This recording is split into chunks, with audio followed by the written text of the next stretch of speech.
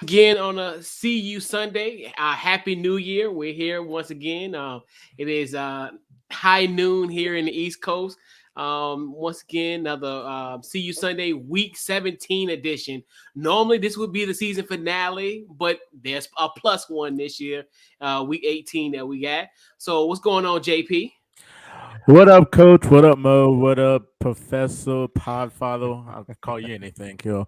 Happy New Year to y'all. I want to take time to take a moment of silence. We lost John Madden this week, and then today we lost Dan Reeves, who went to 9 Super Bowls, the third most in NFL history. So I just want to take time to remember those great coaches. Yeah. Mo, what's going on? Yo, what's up, fellas? Hey, see you Sunday. It's great. I'm back with Jeff. Like I haven't a minute. Like we've been. I'm excited. I see Jeff pop up. He's ready to go. I'm like, oh, and I know he's fired up. Last time I think we linked on See You Sunday, he was fired up after a great college football day. So I'm ready to talk football and hear what Jeff has to say, especially because he's put so much into his rankings. Let's hear his thoughts about how they could be impacted this week. What's going on, Jeff? Oh man, it's good to be here, Coach. Yeah, happy New Year to everybody out there. Want to have a safe, enjoy the day, be happy. Don't worry about the stresses coming up or the ones in the past. Even Michigan. Try to muster up something out of this dreary, dreadful day. After let's say you got humiliated in a playoff game last night. Try to forget about it and just enjoy the day. That was so last year, leaving it last year, huh? Yeah, just hypothetically, if that happened. Yeah, because it did happen last year for him. So. Oh yeah. No. I'm ready to go. I'm excited to talk about some Sunday football, and it's weird. It's going to be a weird end of the season. We got there's so much on the line for the never-ending NFL season this year. It's crazy.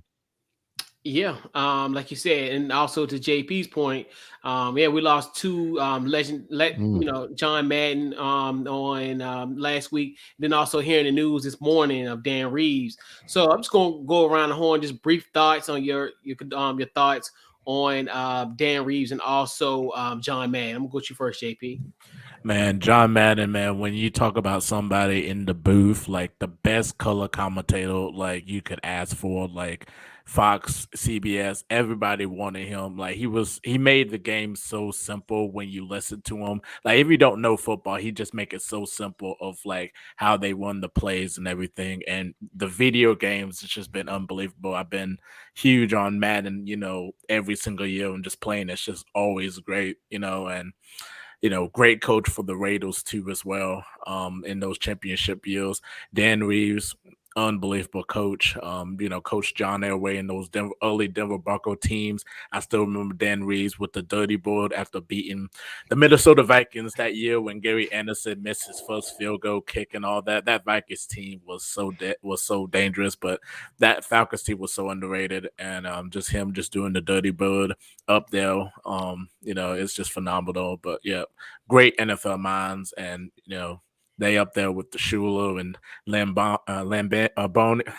Can't say it. Up there with Vince and Don Shula. So, yeah. More your thoughts? Yeah, I mean, especially when it comes to Madden, like you just think about it. It's almost like he birthed the next generation of football. Like obviously, football was going to be football, but when you think about it, John, growing up playing Madden, it's even created like an understanding for football for people that never played the sport a day in their life, but just love it. Yeah.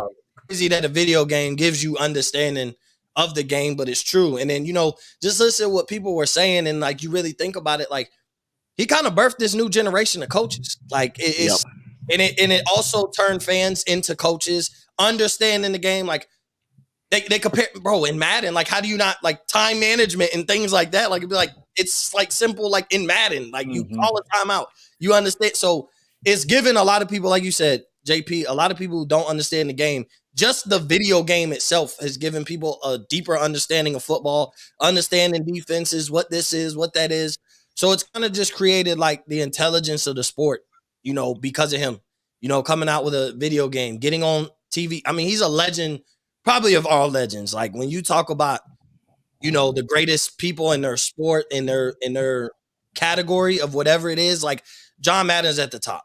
Like, out of whatever, entertainer, coach, like he's been great at everything he does, and he's been, second to none essentially at everything he does. So it's like to lose a legend like that, like, it's always sad news, and I don't want to say I'm glad he was able to see the documentary, before he passed, because I think he was battling cancer, if I'm not mistaken, right? I could be wrong. I think he was battling cancer, but either way, I think that documentary and him being able to sit there and hear what all these other legends and former players, coaches, broadcasters, everybody had to say about him, gave him, I don't want to say that validation he needed, but with his response, it was one of those like, wow, I didn't know that I was this to everybody. So, it was a good thing he was able to see that. So, when he passed, that was able to be on his mind, and he was really able to understand before he passed the impact that he had on the United States of America.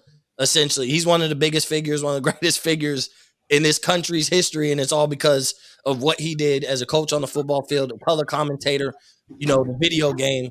So, and then obviously Reeves, when you lose anybody legendary, legendary coach, I'm not as familiar with him. I know who he is. I know his greatness, but as far as I don't have any stories, from Reeves, young guy. So, but it's always, when you lose legends, bro, it's always, you feel that impact. And when the rest of the league, I'm sure they're going to dedicate something to him throughout probably the NFL. Between Madden and Reeves, there's going to be some dedication to both of them throughout the NFL tomorrow. So that'll be definitely something else to look forward to, is any type of tribute at halftime or whatever that they may do to both respective legends. So, that's my thoughts on that. And Paul Father, what you got? Yeah, as always, I wouldn't call it a unique perspective, but I grew up watching Madden before there was a Madden video game. You know what I mean? I grew up listening to John Madden call games, and it's always hard to like explain to the importance of what commentators and stuff were to, especially a younger generation. It's not a slight. It's just you guys weren't there. Some of you weren't there. Like, we didn't have NFL Network. We didn't have 24-hour news cycles. We didn't have YouTube highlights. Like, we learned the game through the commentators. Like like Keith Jackson, all-time greatest college football commentator. They told us, like, we literally learned the game through them. And when you heard their voice, it was more important. It was bigger. And there was never a better duo than Summerall and Madden. Yes. It was unbelievable, especially like on a playoff game or a Thanksgiving Day game. Somebody asked me what my first thought on Madden was, and all I could think of, like, watching the Philadelphia Eagles and Reggie White and Gang Green. Coach remembers these teams, and Madden's voice in the background, and the booms and the all that. And it was unbelievable how good he was at that part of his job, even before the video game. And then what was cool about Madden, the best compliment you can pay anybody, no one ever tried to emulate him. There aren't a bunch of copycats, because he was so good at it, it was impossible. Like, nobody even bothers to even try to go down that road, because they just could not ever live up to what his uniqueness was when he called a game. It was special. The telestrator, but he understood his place. Like, I swear, I promise you, there were times where he was bigger than the game that was on TV. And I don't know if any commentator can possibly do that now. There was times to where you would watch a game because of John Madden. It was unbelievable. He was great at it. It seems like he was a good person. Like, after all these years, it seems like he genuinely, and the whole Madden crews are just it was just unbelievable. Like, he was a show every week. He didn't ask for it. He was just so good at what he did. It came naturally to him. Dan Reeves, I mean, I watched the Elway years. Those were great. Always liked Dan, but my lasting moment of him is like when Michael Vick came into the National Football League and they took him number 1 for the Atlanta Falcons. That was unprecedented. A black mobile quarterback, that freelanced and all that, to be a number 1 pick in the NFL draft. That was such a huge risk back then, for a team to do. It's hard to explain. He was always thought of as an old school coach and all that. But, the way, like, he did his best to help Michael Vick, succeed in the NFL. He created offenses for him. He was understanding. And when you listen to Mike talk about him, it seems like they had a good relationship. And I always thought that was a lot of credit to Dan Reeves for how he treated what was a complete, abnormalcy in the NFL back then, in the way he coached and the way he did everything to totally give a guy like Vic a shot. Tells me a lot about how Dan Reeves was as a person. So, great coach. I saw all the Cleveland, versus Denver, that whole series and all that. But my lasting thoughts of Reeves is that I think he kind of understood, like he was a open-minded person, and that's how I always think of Dan Reeves. Yeah, Madden, and he's one of the ones that it just depends on what age you were. Yeah. As far as his interpretation, like with me being as a millennial, I remember the back end of the Fox was him and Summerall, which at the time I really couldn't appreciate the greatness because obviously I was, really young at the time.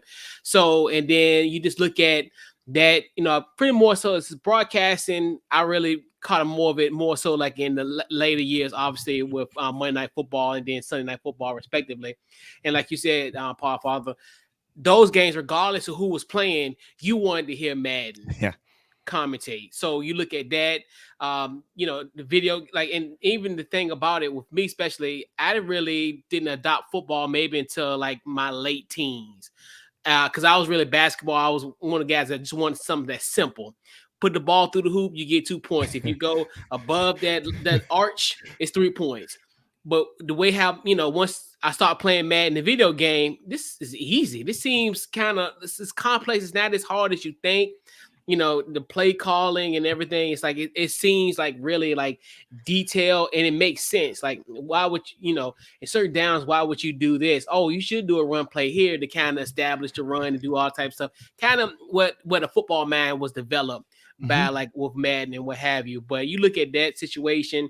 And then, like I said, the documentary, like you said, Mo, I think that was perfect. I think it was, I think sometimes in life, and I said this also on my show on Wednesday, sometimes in life, we don't get our flowers until we're dead and gone. So for him to have it, especially at that time period, because I always was my biggest fear in the back of my head, I really didn't say it out loud. Because you remember they advertised that documentary in September, and I kept on thinking to myself, I know he's 85, but we just know how life goes. We've been around, so we know sometimes things just happen. And like I kept on thinking to myself, oh, I just, I hope everything goes smoothly. He can watch his documentary, and and it did go. He was able to watch the documentary and get his flowers. And you just look at even the documentary itself; it just spans so many different decades of different generations. Even to like a Lamar Jackson, who's 25, and you think to yourself like he's even touched a guy that's that young, and even in his childhood, like, hey, I wanted to be in Madden ever since I played football in high school, college, and going forward. So and then the Madden rankings, shout out to Paul Father, another one where there's always been issues with people's ratings, and we always go with. We even did a show one time, Jeff, when we talked about people's Madden ratings in 2020. So we did, and it's a phenomenon. I knew even up into my early 30s, it used to be the biggest event in the summer for me. That midnight release for Madden was everything. Yep. Like, it was you camped out. 100%.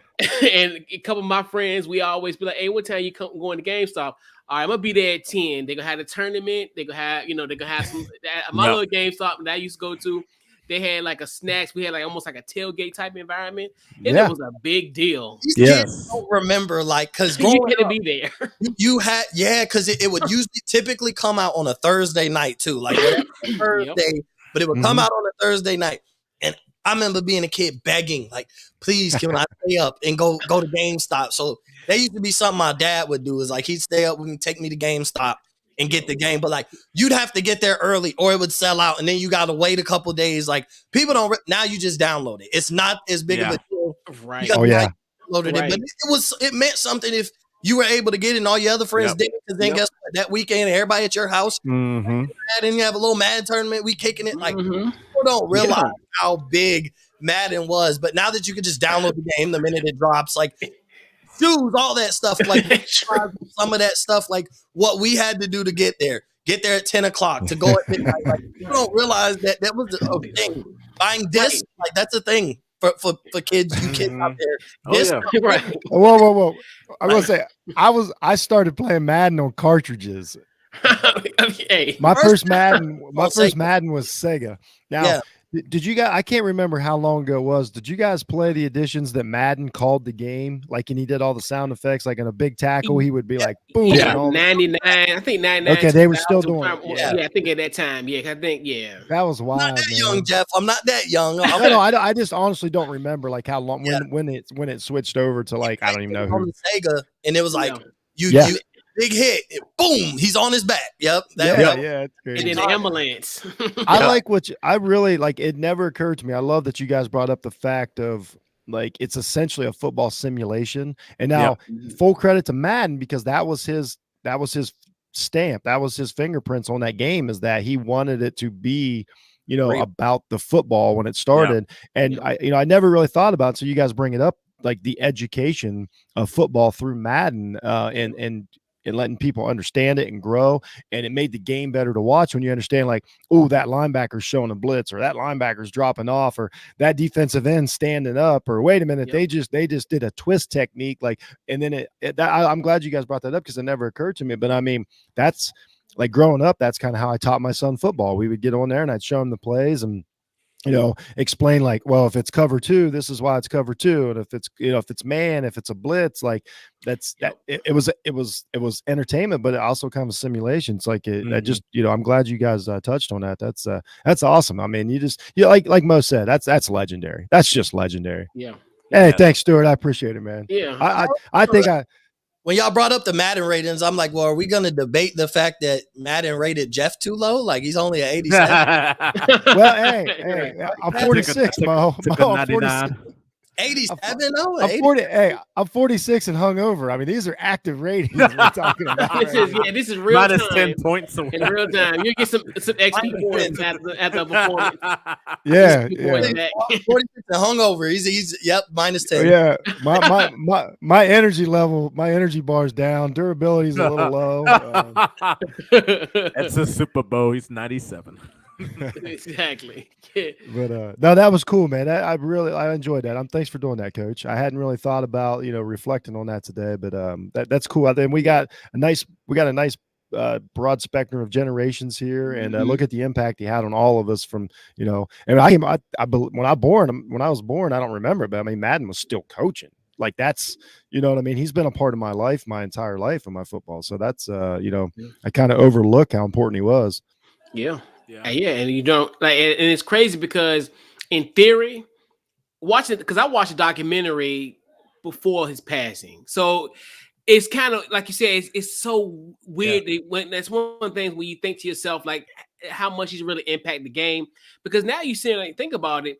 Even though he's still around the game at prior to his passing, but we haven't really heard him call a game since February of 2009. So almost 13 I didn't realize years. It'd been that long. Right. And you don't think about that because time passes so much, and it's just the turkey legs, like it wasn't doom and gloom when Madden called a game. Like his relationship with those great, I mean, Mo, you gotta love this. His relationship with those early 90s Cowboys teams, when he called those games with Larry Allen and those guys, like that was cool. Now, don't get me wrong, I hated it. You know what I mean? Then, you know what I mean?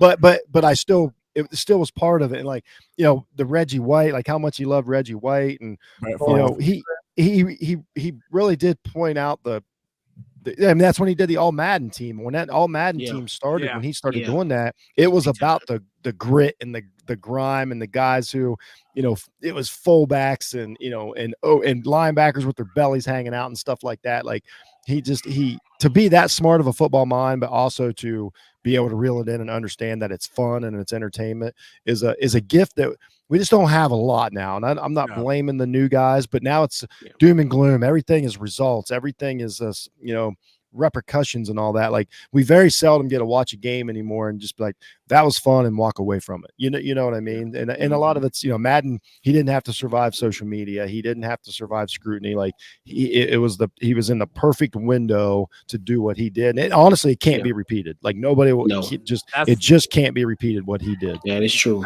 That's the point I was gonna say. It's like everybody's trying to get into the chill like Madden did, but when Madden put it up in high expectations and everybody trying to reach them, you just never reach it. It's impossible. Yeah, there'll never be another Keith Jackson. There'll never be another John Madden. I mean, there's other guys through the years that I've heard, but those are the ones that stand out. Of like, it's not that somebody can't be really good. Like Gus Johnson's great at what he does, and guys like that. They're just you just can't do what they did. Yeah. All right. So before we move off to that topic, I'm gonna bring in Thad real quick. What's going on, Thad? The guru.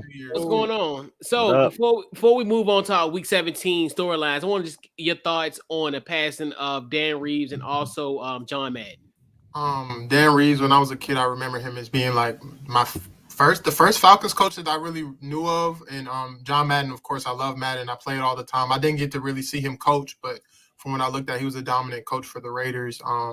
Like a 70% win percentage. So, pretty legendary commentator, color commentator, and coach. And he definitely paved the way for, the way the game is today. So shout out to those two legends in their own way, and RIP. Yeah, big time.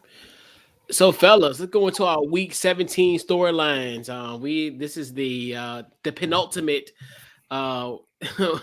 week of the NFL season. So, JP, I'm gonna go with you first. Your Week 17 storylines. What you got? Kind of interested in seeing, let's see, 1, 2, 3, 4, 5, 6.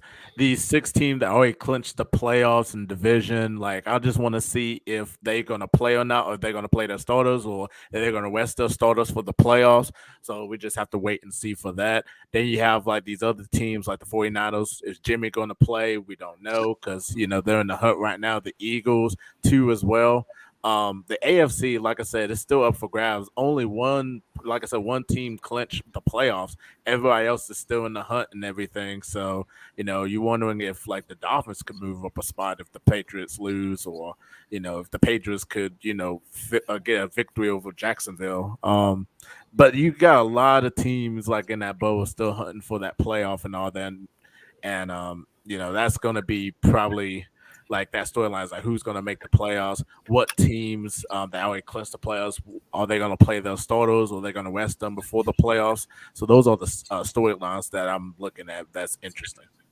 All right. What you got, Jeff? Your storylines for Week 17. Yeah, I'm with JP on this one, and I'll pick a couple teams that I'm watching, and I'll call them the surprise teams. I want to see what the Eagles and Dolphins do this week. Like now that they have, like the Dolphins control their fate. The Eagles, I think they're probably my biggest surprise of the whole season so far, that they've kind of figured it out. So I'm just watching those teams to be like, can you keep it going? Like now that you have a taste, can you keep it going? I don't think the Dolphins win another game this year, but maybe they do. Maybe they extend the win streak. It would be a great story. And as a Dolphins fan, I'm finally a little bit excited. So other than that, obviously the whole AFC wildcard thing is just a story in itself. But Dad, what you got? Like JP and Jeff said, looking forward to the playoff team showing who's real and who's not. But for me, it's just a particular person. I feel my storyline is like, which Matthew Stafford are we going to get? The past couple of weeks, I'm very fond of him as a quarterback, but he's been pretty inconsistent at times. And like, I question, did Sean McVay not saying he made the wrong decision, but did he know this was the guy he was going to get? I'm pretty sure he thought he was going to get a lot more consistency. So, they're playing a depleted Ravens team this week. He should put on one of the better performances he has all year. So, which Matthew Stafford can we get? Him at his best is the Rams being a Super Bowl contender, but him at his worst is them, having an early first round exit. So, I like that one. I like that. That's so facts though. Like, stone cold. Yeah, very facts. Yeah, what you got, Mo? I mean, it's so much because the only points that JP, not to knock your point, JP, but like everybody's playing their starters this week because even the teams who locked up their division and playoffs are now fighting for seeding. Everybody want their number one seed, especially in the NFC. You got what? Dallas, Tampa, Green Bay, Arizona, and the Rams, and they're all paying attention to who does what. So I think they're all shooting for that number 1 seed. The more realistic right now is the Cowboys, Bucks, and Rams because they're only a game behind the Packers. I don't think the Packers won't drop 2 for the Cardinals to really have a chance, even if they win. I'm looking at, Cowboys. We'll get into the matchups later, but I am looking at my Dallas Cowboys is like, are you going to validate that you're for real? Because like everybody's not buying it because they're beating the teams they're supposed to. This is an opportunity to beat a team that people can see as a good team this year, a playoff team. Can you get that victory? Can Dak show up like he did last week against a team that everybody wants to see? Like everybody's like, y'all beat Washington.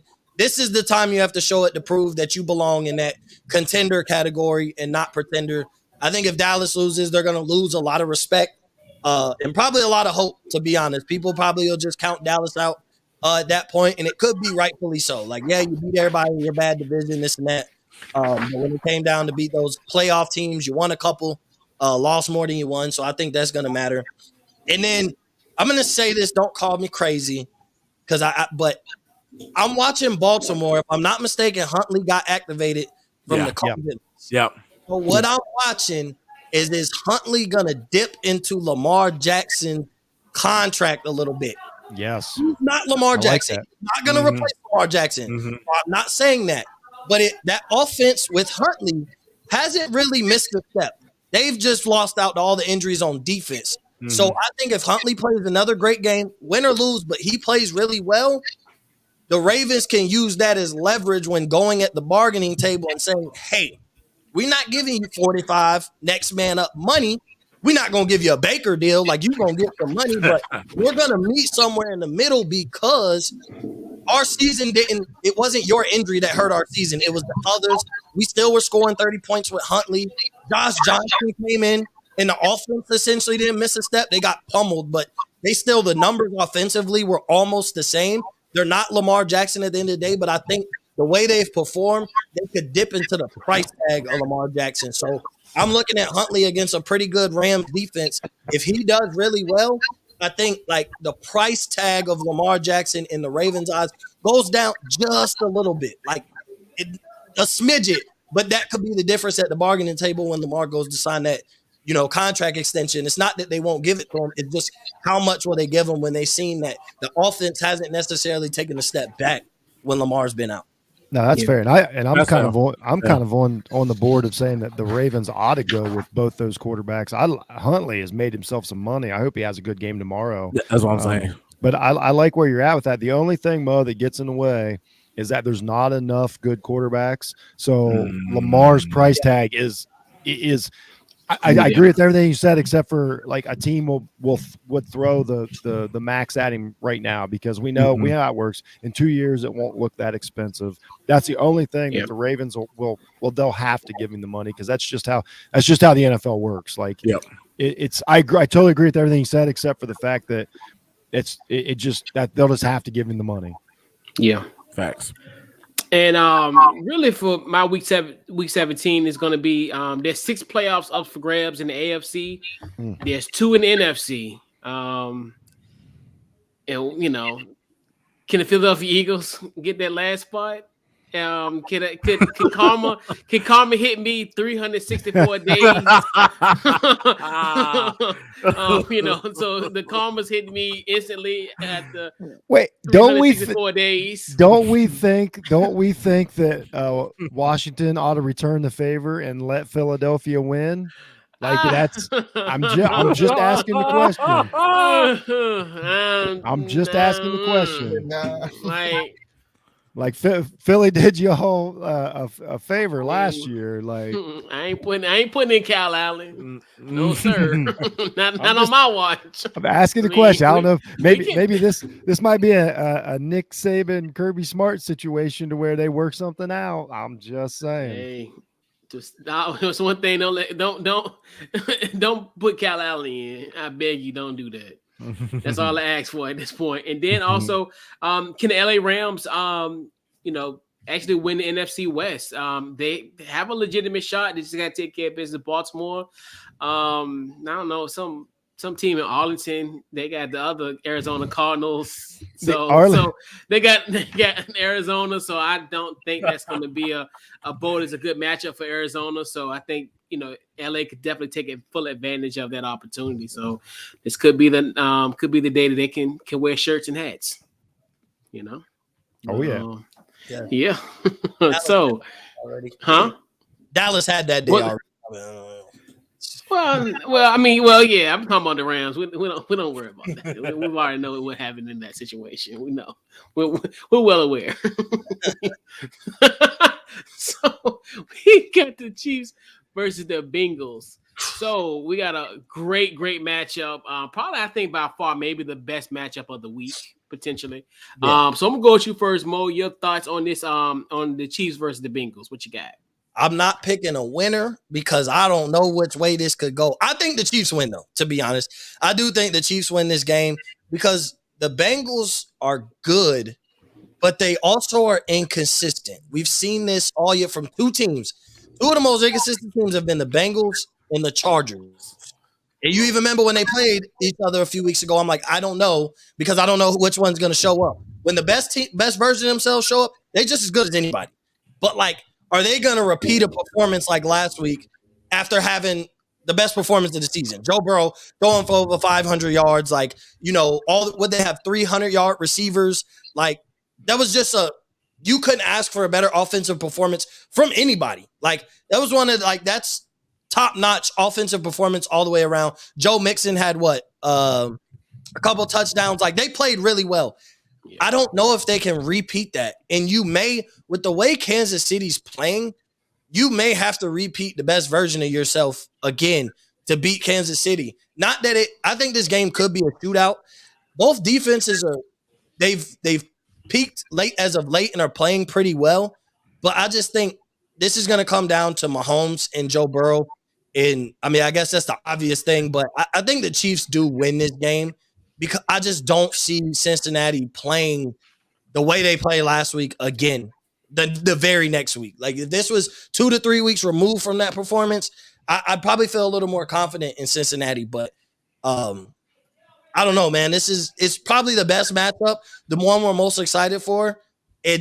Typically that turns out to be somebody gets blown out. Like, that's just how it happens. When you look forward to a game and be like, man, this is the must-see game outside of your team and watching your team, typically somebody gets blown out. And I wouldn't be surprised if the Chiefs went out here and returned the favor and blew Cincinnati out, to be honest. But I think this could be a really good game also. If there's a blowout, though, I think it's the Chiefs. But I do think the Chiefs win. They're rolling. They're a championship team. They know what it takes this late in the season. They know what they got to do. They understand what's at stake as far as rolling into the playoffs. So I just think they have less to fight for than Cincinnati, but they're more dangerous right now than Cincinnati at this time because they are looking ahead as far as we use this game to continue rolling into the playoffs and be the AFC favorite and be the best team in the AFC like we've been, the past 3 years. So I think, I think Kansas City handles business. Yeah. What you got, Thad? Like Mo said, this is the game of the week. Looking for it. Two teams that are, playoff contenders, in my opinion, when the Bengals play at their best.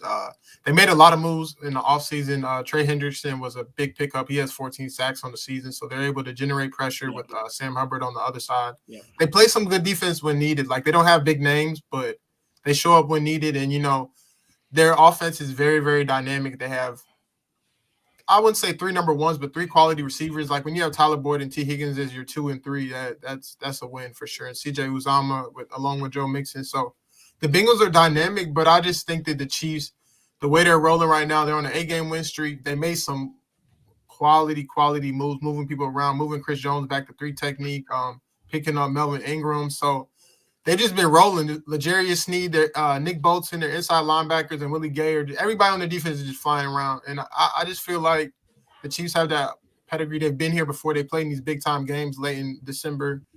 And I usually don't pick against Mahomes, so I honestly can't do that. He's overtime in his first 7 games, he had 9 picks. In his last couple of games, he's only had 4. So, I mean, he's taking care of the ball. He's living to, fight another day. Teams are sitting back in cover 2 and cover 4, and he's okay with having, 15 play drives and just methodically moving the ball down the field. And I feel like that's growth on his part. And the Chiefs, right now, the way they're rolling, I just can't pick against them. They figured out what defenses are trying to do to them, and they've successfully, figured it out. And I just feel like the Bengals don't have enough firepower. It's, if their winning streak ends, I wouldn't be surprised if it's this week. The Bengals are a good team, but I just can't pick against KC. The way they've been coached, the adjustments they've made over the course of the season is very impressive. So I got to go with the Chiefs. All right. What you got, Jeff? The biggest difference in this game, if this game was played in a dome or played 3 months ago in good weather or something, I think it's more of a track meet. I think the Bengals, some of their advantages come back. I live about 2 hours away from they're going to play this game. It's disgusting out. It's going to be disgusting tomorrow during the game, which always brings the points down. I'm taking the team that's been, under fire more, the team that's been through it more. I'm going with the Chiefs just because of experience. You got a tighter game. You're going to give me Mahomes. Thad already brought it up. The Chiefs defense, especially the front, has played much better. The Bengals are still weak on offensive line. Like, they haven't fixed that. They've masked it, but they haven't fixed it. So I'm going with the Chiefs in a sloppy game, in Southern Ohio. What you got, JP? Yeah, to Jeff's point, the weather's going to be terrible tomorrow. I'm going with the Chiefs too as well. But if the Bengals want to prove themselves that they're like a playoff contender, this is the game that they have to prove. I'm not sure if they're going to score like those points like they did last week. But if they can just play like really good football, Joe Burrow, trust him in his hands and everything. You got 3 good receivers, good run game.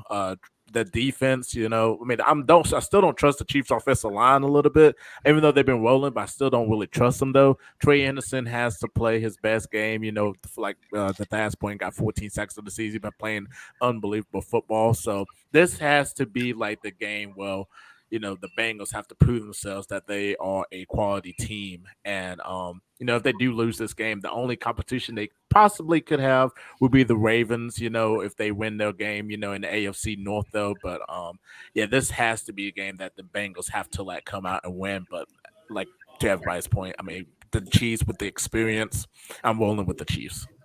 Can I just say something real quick, Coach? Yeah. Mm-hmm. The one thing that none of us have really brought up, Dad hinted towards it with the names.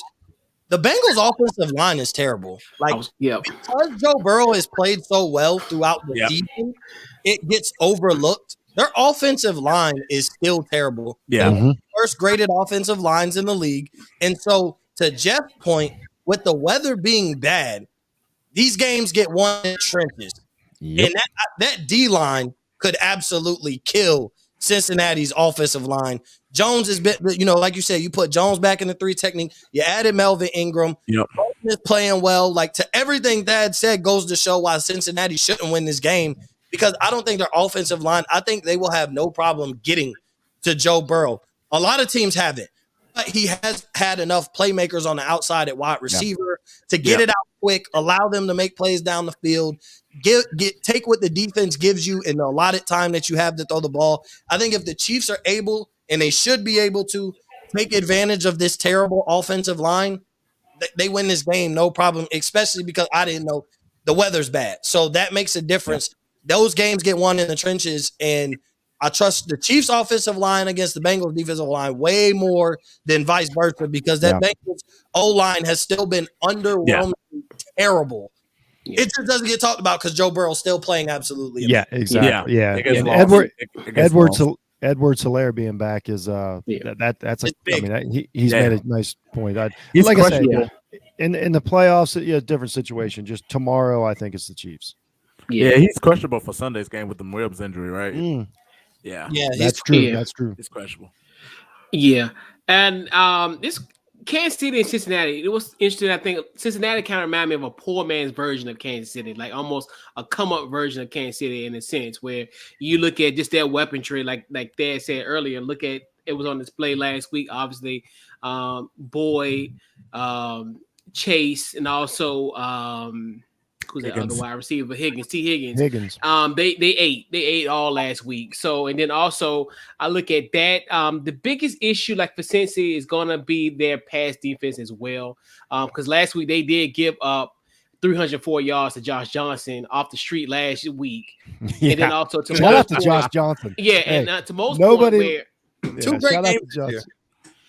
Johnson. I love a a long-term, backup black quarterback, man. I'm just saying, like, that's honestly, I mean it sincerely, like, that's real progress. Like, shout out to Josh Johnson, man. Love that dude. And also to most point too, where Cincinnati's given up 47 sacks this season, which and you look at now, and Kansas City at a point now, if you look at it from a statistical standpoint, they look like they don't get to the run, but as of late, they have been getting to the quarterback. So this is kind of one of those things where people kind of thought about this as a weakness versus the weakness. But I think Kansas City, like we even talked about even in the beginning of the year, where I think their defense starting to found they're gonna pick up. We kept on saying all the defense is trash, but it's always been like that, especially with a Spags defense. Even dated back to his time with the Giants, he's always had those defenses that struggled early, but then like when the right happens, they do their thing. Then I think one of the other key factors too, like you said, also to Dad's point, since his pass defense, you think this 41 sacks this year. Trey Hendrickson, like you said, one of the biggest acquisitions. I mean, a lot of people a quiet acquisition, him having 14 sacks. What he's doing, and pretty much I think within the last 11 games, he's at least had half a sack. Yeah. So that's one of the things where it's like, death taxes and your boy Trey Henderson having at least half a sack. He didn't have a bad season with the Saints last year, so I don't know why people are. I mean, 14 sacks is a lot, but he had a very, very good season with the Saints last year, so I'm not that surprised. He's a good football player. He's just a really good football player. And it's good for him, for Cincinnati. Yeah. Am I the only one that thinks it's crazy that Eli Apple has revived his career in Cincinnati? No, every week I'm like, this can't be real. That's what under the radar is the fact that he's been kind of ever since the failure in the Saints. Would he go 3 straight games or 2 straight games with a pick and multiple pass deflections? He looks like a good corner now, and they got him. Then they took Chidobe Awuzie from Dallas, and he's playing well. Yeah, so it's like Chidobe Awuzie, we're like, but now he's playing well. They get Eli Apple, and they basically revive his career. So they're doing something right over there in the secondary. It was probably just Eli Apple, wrong situation, wrong circumstance. He grew up. He just, you just mature. Yeah, he grew up, and maybe his mama not as active. I'm going to bring his mom into it, but there's something there. That's your boy. Buckeye Nation in this thing. Hey, national champion. Champion, Eli Apple. Shout out. Von Bell. I'll take Eli Apple and Von Bell any day. I'll take my I'll eat my apple today. Remember when they won a playoff game? Yeah, man. Yeah, like you said. What'd I say? What'd I say? Some shade was thrown.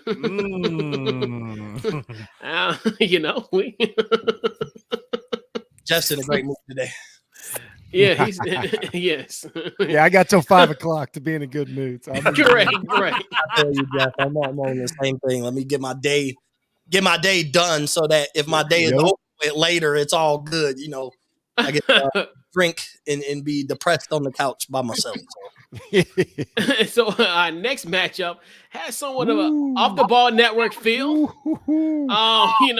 Some bragging rights on one side of the fence. We have the Miami Dolphins heading to Tennessee to face the Tennessee Titans. I'm gonna go with you first, JP. Your thoughts on this matchup? This is gonna be an underrated matchup here. Dolphins have been rolling. That defense is unbelievable. Jaden Waddle and Tua, just that connection. Parker too as well. They've been really rolling. The Titans, kind of up and down, but they still come up with some quality wins. They're still first in the AFC in their division. Man, this is tough. AJ Brown, I don't think he's playing, even though he's kind of questionable, but I don't think he's gonna play. Two teams that wants to clinch the playoffs. So if I have to go with the team that's going to win this game, I trust the Dolphins a little bit more because they're more healthy. So it might be a close game. It might go by a field goal. I'll go ahead and say like 23-20 Dolphins. Ooh. Oh, okay. So you taking the confidence like Stu, you know? I'm confident in the Dolphins. Yeah. I'm very confident. Podfather, I need you on this one. So it breaks down. It breaks down like this. Like like it's cool to see what the Dolphins have done, but I also can't be blind. They've literally had one of the easiest quarterback matchups for 7 weeks for any team ever, and that's just the truth. Like outside of that freakish Ravens game to where they own Lamar Jackson, they've played backups, they've played rookies. I like what Waddle's done. Like I'm happy, but it's also a dink and dunk offense, and it's Tua is coming along slowly, and they're getting even that Jets game when they were down, they could have went out and stuff. So they're getting better. I think the Titans are just too tough, too experienced. If it matters for anything, Tannehill's going to have that extra little chip on his shoulder about his time in Miami. If that stuff is real, I think the Titans win this game fairly easily and end the Dolphins, dream season. Just because, and the Titans have a ton to play for. Like, they can still get home field advantage. Like it's remote, but you got Kansas City going into Cincinnati, what we talked about. Titans have a lot to play for. They're going to take this game serious. When Titans play good, they can beat anybody. I don't know if the Dolphins can beat anybody playing good just because they really haven't. But it's an interesting game to watch, but I think it's kind of boring, and I think Titans win handily. Big time. Hey, what you got? This is a tough one for me. I'm going to take the Titans, but the Dolphins really, I'm not saying I'm overly impressed, but they've been playing good football. And the way they match up on defense, honestly, I think will give the Titans fits. Their whole entire secondary is a B+ in my opinion. Brandon Jones and Javon Holland are two good young safeties. I love Holland. Yeah. Oh, love Holland. Yeah, and then you got Byron Jones and Xavier Howard, and the way Flores plays a lot with those kind of the mind games, bringing 8 people to the line. Sometimes he might send them, sometimes he might not. I think that's going to give Tannehill a little bit of fits, and they have the personnel to match up. Xavier Howard, I don't know why he flies under the radar, but I'm pretty sure. I'm not saying he would take AJ Brown out the game because he's a quality receiver, but he can take him away. Limit his production. And I feel like they make it tough, but like Jeff said, the Titans, when they're on, they can beat anybody. They're just a tough matchup. They play hard for their coach. I don't know what it is. Like I guess the type of guy Mike Grable is, like that's how his team kind of plays. He's just a tough-minded guy. They're all resilient, always there, kind of like a cockroach. They never go away. And I just feel like they're at home. They need this win, and even without Derrick Henry, they'll find a way to win. And like what Jeff said, that stuff is real. The Dolphins let him go. They didn't want him anymore. There's going to be a lot of motivation going into it. He wasn't a terrible quarterback in Miami, but they didn't want him. So, it's personal, and they need this playoff spot. Miami's played well this year. Tua has came along, like Jeff said, but on the road, the Titans get pressure now on the quarterback, and that's not bad. Tua's accurate, but, everybody's not human when they're under pressure. So I feel like the Titans make a few plays. If Julio's there, he's going to make a few plays this game, and I feel like the Titans win by 3. But it's going to be a close one, and I wouldn't be surprised if if the Dolphins pull it out. So, but I got to go with the Titans. I watch them every year for about the last 16 years. So they're a good quality team. Yeah. Mo, your thoughts? So what you guys remember back when they lose to Buffalo, and I said the Dolphins will still have an opportunity for a playoff spot. And it was kind of crazy, but to Jeff's point, I said that while looking at their schedule. They've beat outside of the Ravens, they've beat the Texans, the Jets, the Panthers, the Jets twice, the Panthers, the Giants, and the Saints. Yep. That's why I felt confident. And not a good Saints team. The worst version of the Saints. They beat half the Saints. And when I said that, I felt confident in that because I looked at their schedule. Like, they're not as bad as they've been playing. I felt like they were the best of the worst. And they were going down their stretch playing outside of the Ravens. Even the Saints have gone, bad because Jameis was out. They've played the best. They've played the worst. And they've showed they are the best of the worst. Something tells me, though, that they'll have to prove it right here. This will be the prove it game for Miami. Or is it just they're the best of the worst? They got, like you said, the best quarterback matchups you can have for a team that's any type of decent. They do have some talent. We were wondering why their record was 1-6 in the first place. Like, how did they even let themselves fall to that? They lost 7. They lost 7 in a row. 1-7. That's what it was. Yeah. So Jacoby Brissett was in a few times. So they had some excuses. The defense wasn't playing as well. But as of late, that's been their key. I just don't know if Miami can make enough plays to win this game. Defensively, I think they can do what needs to be done to hold Tennessee.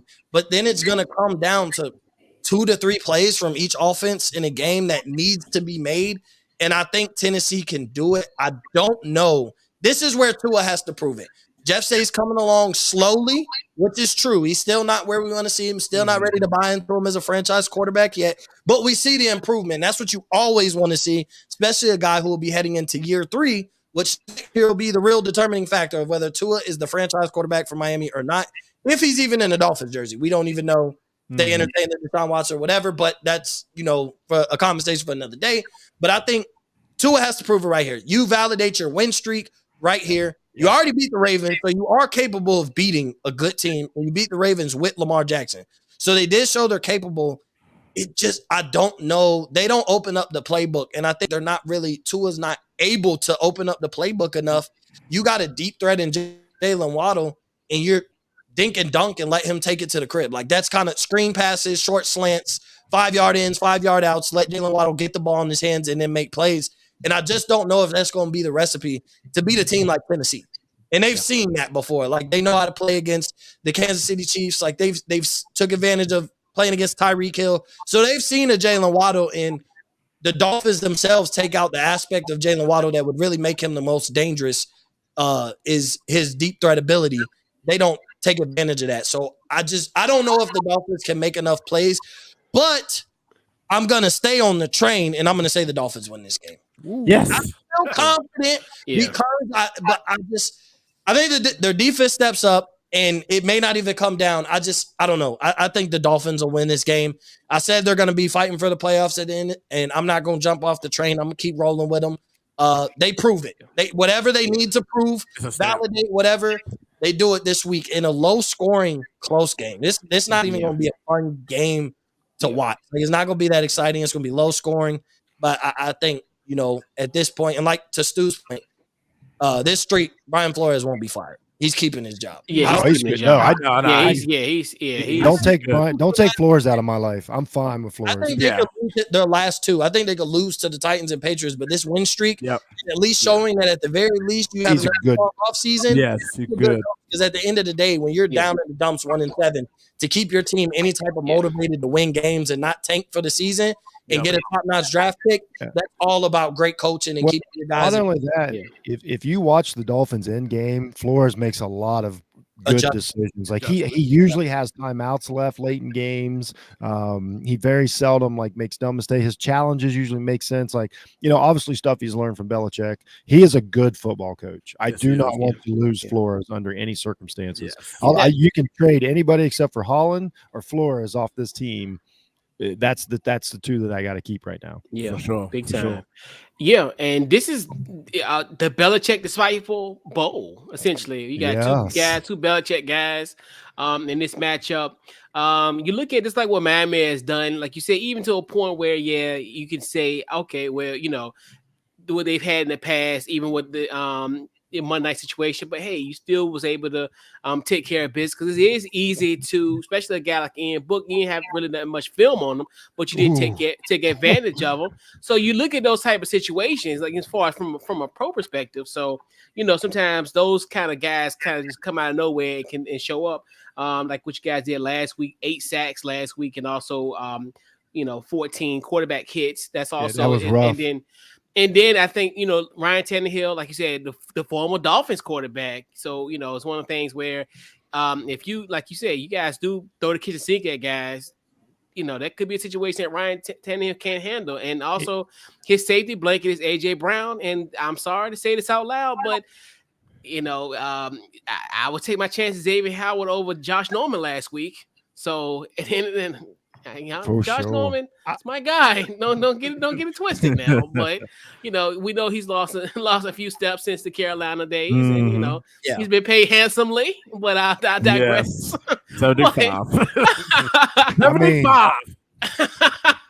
But I honestly think that this streak is going to continue. I actually had Miami as a team to make the playoffs in my, obviously when I did my team. So I'm gonna stay. Yeah. So I'm gonna say 10 toes down on that one, and get the Dolphins in this matchup, and for various reasons. Speaking of playoffs, Coach, a lot of people don't know this about Mike Vrabel. 2-0 in the college football playoffs. Mike Vrabel, 2-0 in the college football playoffs. A lot of people don't remember. National championship winning defensive coach Mike Vrabel is what I call him now.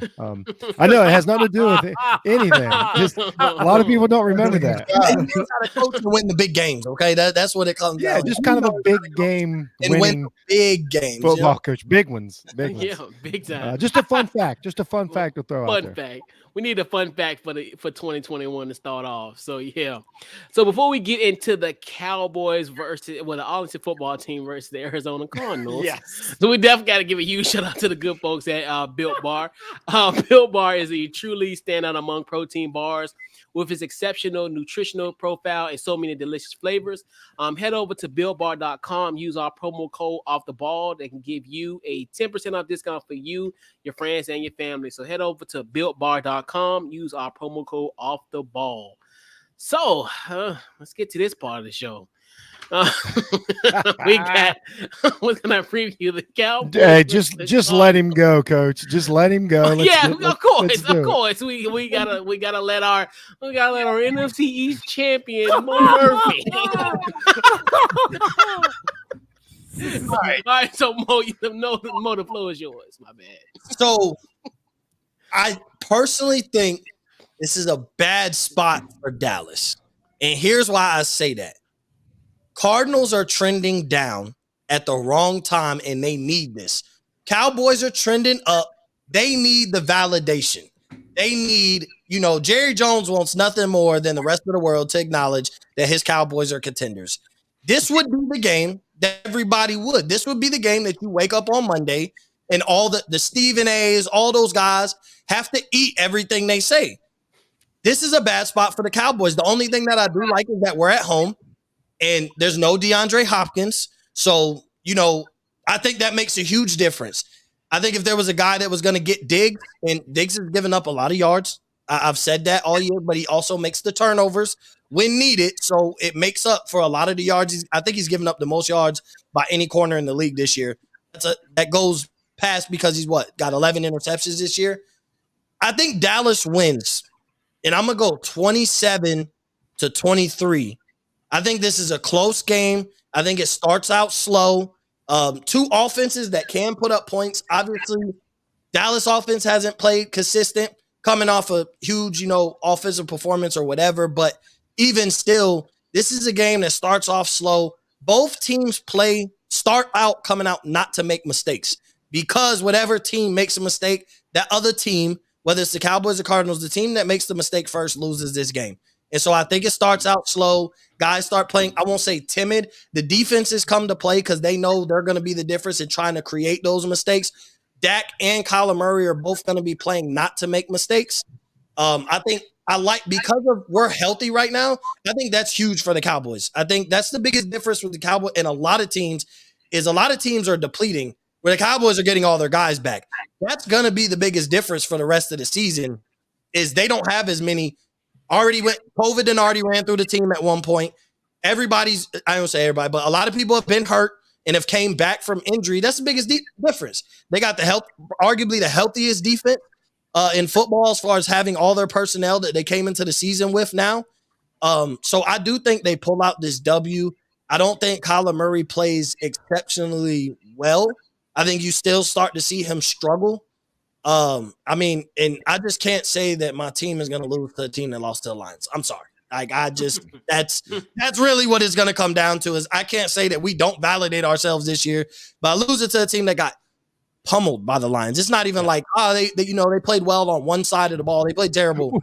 It was a terrible performance on offense and defense. I'm just saying. So, Mo's out here just re-emphasizing. Yeah. Like because they did. No, it was on both you're sides. Right. You're right about everything you said, Mo. Close game, though. I do think this is close. Dallas not just going to run. I don't expect them to run through the Cardinals. If so, they would even impress and amaze me.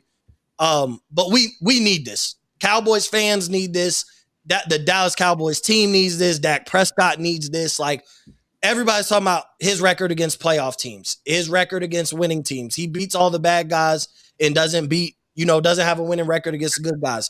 This will be the week everybody starts to buy into the Cowboys and really at least sit back and think, maybe they are contenders. We're not going to say they're going to the Super Bowl, but maybe they can play with Green Bay. Maybe they can run it back and play with Tampa again like they did in week 1. So, yeah, I'm going to take the Cowboys 27-23. Starts off slow, couple 3-and-outs from both sides. And then, I think Dallas, if I'm going to take a defense to make that turnover to change, the momentum of the game, Dallas makes a turnover. Michael Parsons makes a huge sack. We make a special play on special teams or something. So, yeah, I'm going to go with Dallas 27-23. No bias, though. No bias at all in my 27-23 take. Hey, what you got there? This is a tough one. Two teams, not completely opposite directions, but the Cardinals are reeling like they do. And I don't know what's going on with Kingsbury, but this has happened the last 2 seasons. Last year, they're supposed to make the playoffs, and they lost like 4 straight. But, Dallas has a lot to prove, like Mo says. People don't believe in them, including – I mean, I don't hate the Cowboys. I just hate the love that they get sometimes. I don't know what it is. Cowboys. No, you hate the Cowboys. I'm not letting you go. You hate the Cowboys. But, I mean, like, this is, they beat up on bad teams, people say, but this is a statement game for sure, even though the Cardinals are reeling a little bit. But I just think they'll have a tough time. Over the last couple of weeks, starting with the Rams game, their O-line hasn't played the best, and the Cowboys get after it. DeMarcus Lawrence, Randy Gregory, Michael Parsons, they mix up the fronts, put in DeMarcus Lawrence on the inside and letting Parsons rush from the outside. It's pretty tough. And, Collar's taken away from a lot of those sacks because of his athletic ability, but when you got guys like Lawrence and Parsons and Gregory, they can actually run as fast as the quarterback. Not as fast as Collar, Parsons maybe, but they'll make it rough for him. I just think that Dallas's defense will be a little bit too much. Collar's back home in Texas, and I don't think he loses often, but this is the one time he will. The Cardinals defense is okay, but when the Cowboys are on, they're on. And, they have 3 pretty much number ones in their own way. And I think that, Zeke is fairly healthy and Tony Pollard is healthy enough to get at least split the carries 10 or 15 to 15. They'll be fine. I don't know why the Cardinals are reeling like this, but they're just not playing the best football, and it's coming at a very, very bad time. I'd rather you have a slump like this in September than December, because if the rate is going, I could see them easily being eliminated in the first round. So I'm going to go with the Cowboys by 7. Collar's going to make some plays. He's back home, so he's going to keep it close. But at the end, I think the Cowboys will prevail, and Dak will have another quality performance. All right. What you got, Jeff? I got a lot of things. A fun fact for you. Zeke Elliott, starting running back for the Dallas Cowboys, won a national championship in the very stadium that this game's going to be played in. A lot of people don't remember that. Shout out to Zeke. Just a rare fun fact I found up. Here's the thing. The Cowboys are good. Thad already said everything. I literally had notes here. Parsons, Lawrence are going to make Murray. Murray's fading. I think it's, I would love to have time to just talk to Thad about this, but there's something to the fact that Murray's breaking down. Sometimes you're just a small quarterback and you got so much workload and you're out there running around and you're taking hits from guys that outweigh you by 200 pounds. Like it is adding up. And then you take, one of the best receivers, in the NFL way. Like all those are just simple factors in. Mo's not wrong. We watched him get beat by Detroit. Dallas is playing great right now. Dak has it figured out. All the narratives and that stuff, that's for shows and that's for viewership and that's so people listen. Dak's a really good quarterback. He understands what's going on. I think he comes out and plays a great game. I think this is a no doubter. I think Dallas, soundly beats Arizona by maybe 10 or so points, but I don't think it's a close game. I really think that Dallas is in exactly where they want to be at this point in the season, and I think Arizona is not.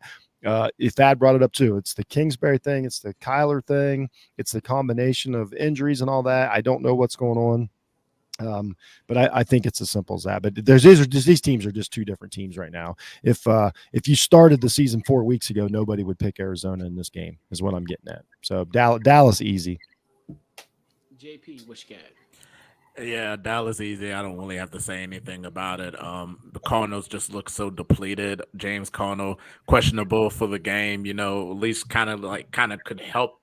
Cardinals a little bit though, but a lot of pressure on Kyler Murray. But that defense for the Cowboys, Parsons, Lawrence, Gregory, everybody is just going to give Kyler a hard time. The body, and I said this too a couple weeks ago, just the body language of Kyler when he has that bad body language, he just takes himself out the game mentally. Kingsbury, you just seen the coaching and everything. Like to Thad's point, they lost 4 in a row and didn't make the playoffs. Losing DeAndre Hopkins for the season, just getting ready for the playoffs. That defense is just so depleted, but at the same time, the Cowboys, they got to validate themselves as like the team to watch out for in the playoffs too as well, because we could see them win. They can win games. We've seen them lose games that they should have won, and Stephen A. Smith is going to have like a party at his house and on Fast Take on Monday morning. So we've seen that before, but I'll say Cowboys, but like it's not going to be a close game. And I think the Cardinals is just got like. They're gonna lose, but they got to reevaluate themselves in the playoffs to see where they're at. So, and we got to remember too, the Cardinals are in the playoffs, so like they can, if they decide they want to lay off for a game, they can lay off for a game. That's a big difference. Yep. Yeah, if they can circle the wagons if they want. They might be better off to rest Kyler for 2 games, honestly, and play an away game in the playoffs. And I mean that.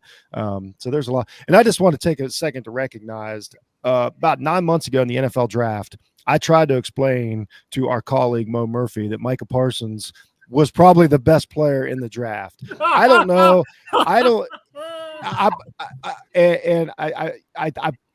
know. I don't know if Mo's finally come around to my way of thinking, if he feels better about the pick now. But can we all just agree that Micah Parsons has been one of the best players in football this year? And definitely, if he's not the best player in the draft, he's up towards the top. So you're welcome, Mo. Probably so.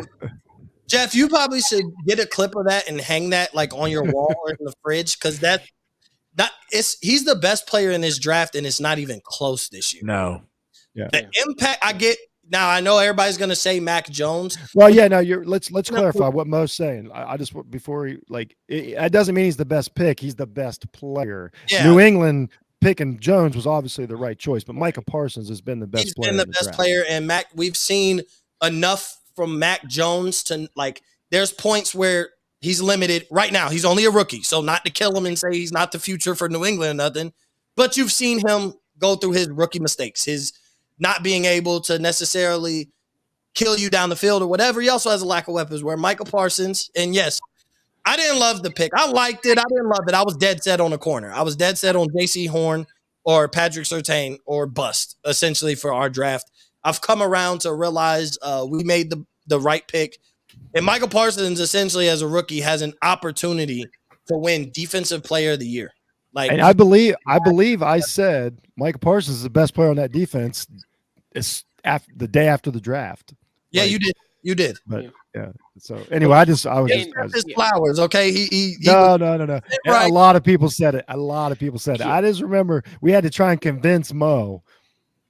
I just didn't love it. I didn't love it. I wanted Horn. Yeah, I know you weren't against it. I was dead set on Horn or Surtain alongside Diggs. And man, we could have a secondary. Our secondary's been so bad for so long. And you would have been right. You weren't wrong. Jalen's I was like, we don't need to replace the linebackers yet. Like, we didn't need to replace Jalen Smith yet. We didn't need to replace Van Der Esch yet. And then here come Micah Parsons. It was like, here, Mo, hold my beer. The best defensive player of football. I want to ask Coach something, because I know the comparison is near and dear to his heart, and everybody's throwing it out there, and I know that Micah Parsons is at about 50% of this man. But Coach, do you agree with any of the comparisons to LT when they bring up Micah Parsons and LT as far as what they do on the football field? To an extent, yes. I said 50%. Don't kill me. Yeah, to an extent. I don't think and I think it's early to tell, but what he's done so far, and also to his credit, it's the coaching as well. Because honestly, let's keep it a buck. Mo, you think Mike Nolan would have been able to do what he did with Michael Parsons? No. Right. Shout out to Dan Quinn. Say that for the folks in the back. Yeah, no. All right. They wouldn't have drafted him, right? They wouldn't have drafted him. And that's the thing where he saw the scheme fit. And that's the thing when I always talked about the biggest acquisition was getting Dan Quinn as the defensive coordinator. And that my bad. I'm like you now, Jeff. Like when I said that, people were like, yeah, he blew a 25-point lead in the Super Bowl. He's gonna be a defensive coordinator. He's not gonna be the head coach. Yeah.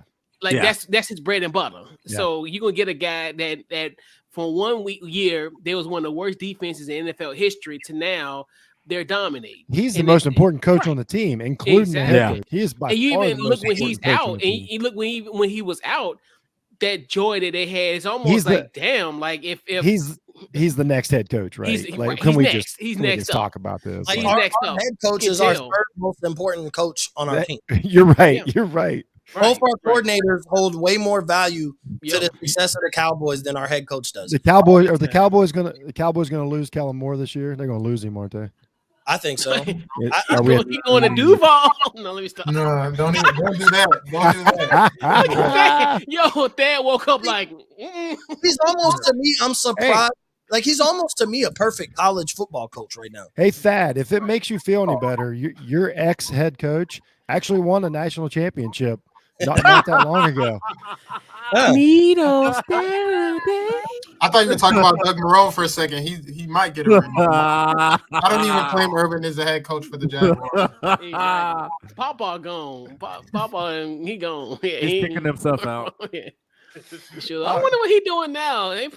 He probably in Columbus, probably getting ready to partake in the festivities. Still apologizing to his wife.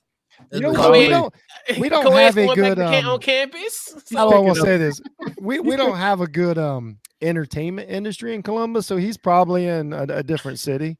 Okay, he's probably doing some karate lessons. So. True story. I never got to tell you guys a story that like a friend of mine was working at the bar that night when all that went down with Urban Meyer. It's a crazy story, man. Yeah, she works there. She works for him. It's a wild story, man. She was able to be a first-hand witness to the downfall of Urban Meyer. Like, yes, she was there. There's hush money. I mean, I'm not even kidding about this story. It's a really funny story. Like when she tells it was, it's crazy. Anyway. In Columbus, Ohio, by the way, home of national championship Buckeyes. They did that one time, remember? They won. Matter of fact, it's only been a year since the Buckeyes have won a playoff game. Needles. All right. So fellas, week 17, what is your game to watch? I'm gonna go with you first, JP. What's your game to watch? Oh man, I mean, the Chiefs and Bengals is probably like the game of the week. I'm just looking down in terms of the schedule. I mean, that's obvious right there. Yeah, that's nothing. I mean, there's nothing really I'm interested in watching though, other than that game though. I mean, the Vikings and Packers, but like Kirk Cousins is not playing. Cousins is out. Cook is playing. Adam Thiel's out for the season, so that's like an easy win for the Packers. I don't even know who Sean Minion is, so like I mean, yeah, Chiefs and Bengals for me. Yeah, what you got, Paul Father? Man, I don't know. All these matchups are so one-sided as far as what they mean. But I suppose if you want to watch a game that both sides care, it's Raiders Colts. It's huge for both teams. As Stuart brought up, Colts after a terrible start, which we knew they were going to have a terrible start. They had a tough schedule, and Carson Wentz is their quarterback. Like we knew it was going to be rough to start the season. Colts can win, get a playoff spot. The Raiders, when we talked about the Titans, but the Raiders are the same thing. When they're good, they can beat a lot of teams. So, yeah, if you want to watch it, it's a game outside of Kansas City and, Cincinnati. But for both teams that are fighting for a playoff spot, I'd say Raiders, Colts, even though I don't know. I don't know how much I like either team, but it should be an entertaining game. You're probably going to steer away from, I believe, the Lions and Seahawks play. Like if you have, you might want to steer away from that. That we can start having this is the Seattle dynasty over conversation. But it's over. No, it's yeah. over. It's Yeah, last and home we talked about. Everything. I think Cardinals Cowboys a month ago, 2 months ago, like I'm all in. But for everything we said, they've already clinched playoff spots, so there's not near as much on the line. So I'll go with Indy and the Raiders. It should be fun. Couple decent quarterbacks having a little fun out there. We can hear the Waller conversation for another 3 hours on a broadcast, and so yeah. What you got, Thad? Like Jeff said, teams that kind of care about it, the matchup. I'm gonna go with the Broncos and Chargers. It's a divisional matchup. They're a game apart. The Broncos are still very well in reach of a wild card spot, and they can play when they want to. Justin Herbert had one of his worst games of the season last time they faced off. So interested to see that one. And the Chiefs and Bengals for sure. Like I'm gonna watch the Jaguars game, even though it's gonna get out of hand really early. But I'll definitely be tuned into the Chiefs Bengals game as well. So those are my 2 games. And shout out to T-Law.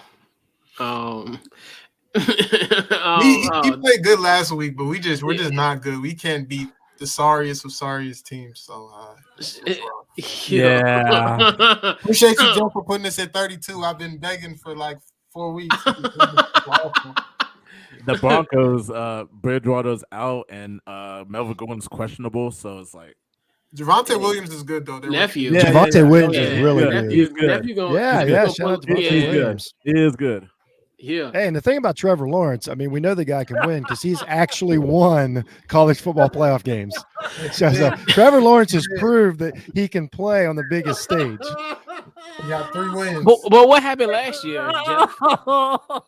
Last year though, we had to put him in check one time. Well, last year was a fluke. Year was a fluke. Hey, somebody knocked them out. I'm just saying, I'm just saying, college football playoff victories don't grow on trees. Not everybody's got one. Not correct. We're just lucky. Yeah. So Mo, who's your what's your game to watch? Rams Ravens. I just can the Rams, can Matt Stafford like Thad mentioned it earlier, is like, can Matt Stafford play great? Like, and I know the Rams, even in their wins, their offense hasn't been impressive, but everybody sees one aspect and that they let it tell the whole story. Not us over here off the ball network, though, because the performance of Cooper Kupp has allowed Matt Stafford not playing great to go unnoticed, because even MVP. Even the games when he hasn't played well, Cooper Kupp still had a lot of yards. What was it, 2 weeks ago? Cooper Kupp had 150, 60 yards. Matt Stafford had like unbelievable 215. Yeah. So it's like pretty much most of his yards were to Cooper Kupp. Anything outside of that, Odell had like another 30, and that was the story of the game of throwing the ball. They scored 20 points against Seattle. They didn't score a lot of points against Minnesota. So like they're not winning games the way you would expect them to with that explosive offense that they have. Like you would expect with Matt Stafford being the upgrade of Jared Goff. Yeah, Stafford's better, but I mean, they're putting up almost close to the same production. I guess Cooper Kupp has benefited. They have a different relation than Jared Goff and Cooper Kupp did, but their offense isn't much more high-powered or explosive, essentially, like consistently. Anyway, I'll tell you the difference in Stafford and Goff that I see is when you get down to like the 10-yard line, and Stafford was great at this with Detroit too. He's just, because of his arm talent and just the type of guy he is, he's got this weird way to get touchdowns instead of field goals that Goff just didn't have in close yardage. Goff ran a good system, and he did eat up the yards and everything because of McVay's system. But Stafford, when he gets close, just the way he threads some of these needles in there that like they're just there's not a lot of guys on the planet that can do it. So that's why I keep saying that I think it was the absolute right choice, because if you can just steal a touchdown every now and then, that's what the NFL is all about, and that's what the playoffs are about. If you have Stafford in the playoffs last year for the Rams, I think they beat Green Bay. Like that game was close, the defense was on fire, but Goff doesn't have that next level that Stafford's got. And but I also agree that Stafford's been a little disappointing to me this year, but he's getting the wins. They're going to go to the playoffs and they're going to get a shot. But that's a good choice. So I live with a Ravens fan, so I would be watching this game intently, rooting for Huntley. I want Huntley to go out there and make some money. I want him to have fun. I think watching Huntley could be because like they're still fighting for a playoff spot as well. So it's like they won't have hard, fighting for the division. The AFC is they're fighting for a playoff spot. Yeah. So their chances aren't over. And even with Huntley, like we felt like they have a shot. I'm not saying they win this game, but they do have a chance from what we've seen. So that's a game no Lamar, it's not going to be like as great as you thought, but I think Huntley can get it done, and the Rams defense can be got. Like we've seen it; it can be got. Or dominate. But Aaron Donald might eat Huntley. He might. That's very possible. But as far as the defense as a whole, like, and you can, it just sucks. It's a bad spot for the Ravens because they're like depleted at running back. But even he's been playing a lot better, and you can run on the Ravens. It's a terrible matchup. Terrible matchup for the Ravens. I think it's possible that they could if they could get the run game going, it could change some things because you can run on the Rams. That's been kind of their weakest part of their defense is their run defense, and then every time it's a completed pass every time you throw it away from Jalen Ramsey. So their defense can be got, and Huntley can get their defense because their offense still rolls the same with Huntley as it does with Lamar as far as they haven't had to change their whole philosophy offensively. Which I'll tell you this, Huntley, as far as the Ravens this year, Huntley's had the best game at quarterback for a Baltimore Raven this year. I'm just telling you that straight up. I'm not saying he's better or whatever, but he had the best played game for a quarterback for the Baltimore Ravens this year. Yeah. There's some questions. There's some questions about Lamar and what he's done this year, and he's kind of getting off the hook for what he's done, the last couple of years. But it's a conversation I'm sure is being had within the organization. Yeah. So the game I'm looking game to watch for me. It has somewhat of a playoff implications to an extent. These are two teams. If they're like a cat, they're on their 8th life. But also I'm a sentimental kind of guy as well. So give me Cleveland at Pittsburgh.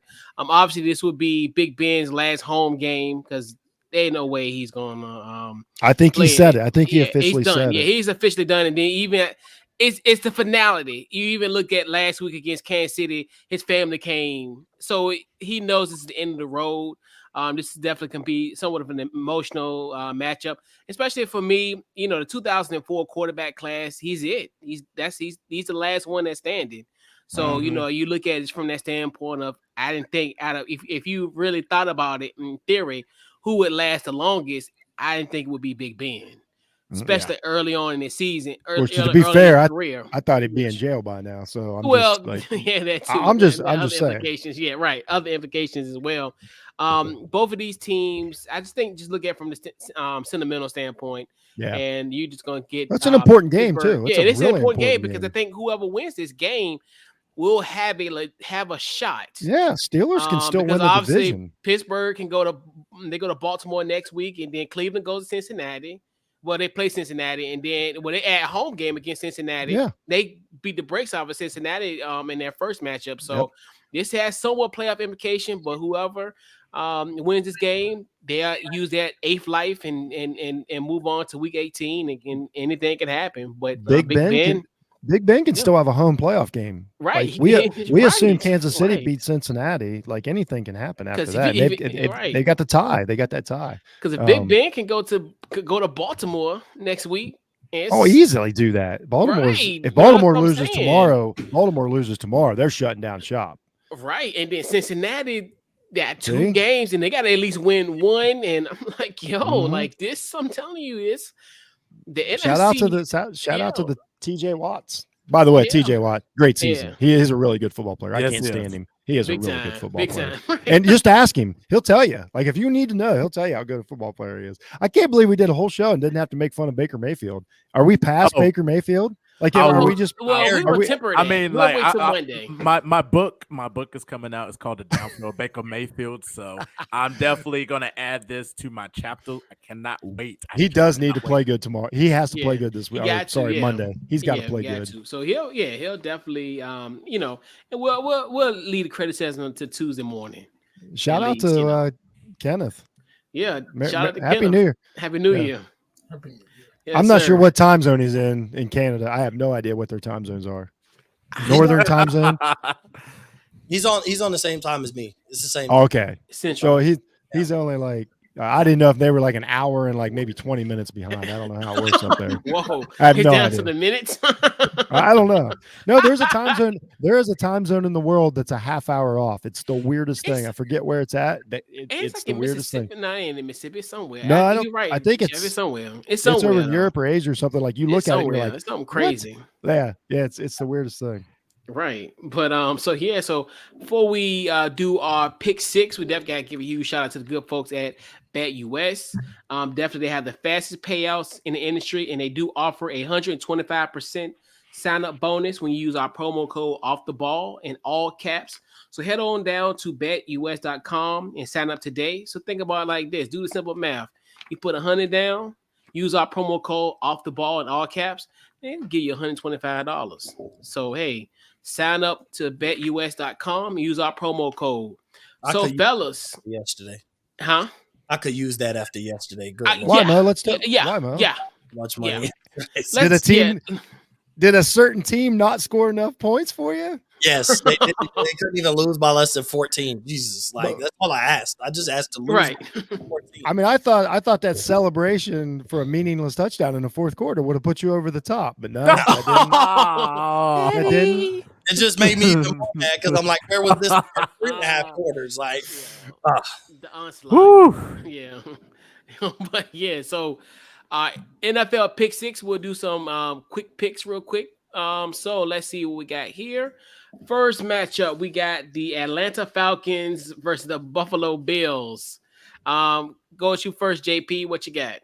I'm choosing Destiny's Child's favorite team, the Bills. Oh, what? Oh, Bills. Oh, Bills. Oh my God. That was nice. I like that.